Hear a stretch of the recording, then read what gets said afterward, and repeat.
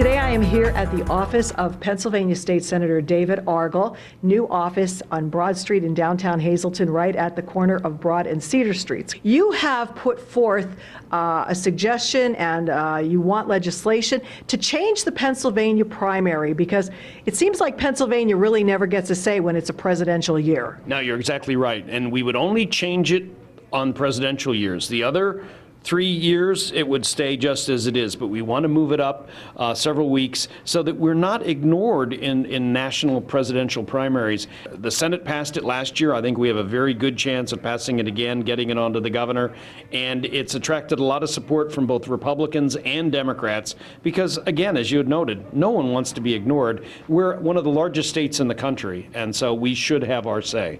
So you're looking at putting it in line with Arizona, Florida, Illinois, and Ohio, is that correct? That's correct, yes. We're not saying that we have to be the first primary like New Hampshire.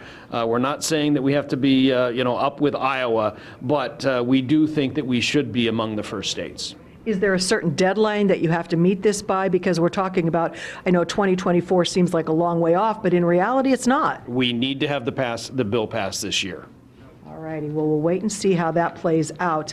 I know you are also looking at 3 constitutional amendments. One is a 2-year window for victims of child abuse. The Senate has already passed 3 constitutional amendments that we would like to see the House approve, and then it will go onto the ballot. It can go onto the ballot anytime, but they would be 3 separate questions on the ballot for the people to decide. One, as you indicated, would be to deal with the terrible problem of abused children and to reopen that window so that they can have their fair day in court.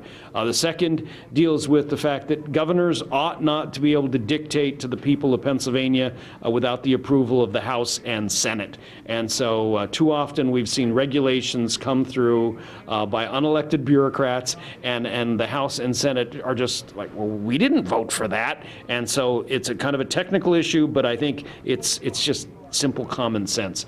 The third is voter ID, which I think most people understand, both in terms of public opinion polls. Both Republicans and Democrats have said, yeah, when I check in at the Red Roof Inn in Harrisburg to stay overnight, they want to see my photo ID. We think the same thing should be required on Election Day, just to cut down on fraud. What have the people said to you that are not in favor of it? Some call it voter suppression. We said, it's a simple ID. You need it to go to a bank. You need it to check into a hotel. You need it to cash a check. It's not that big a deal. And so for the life of me, I don't understand some of the opposition.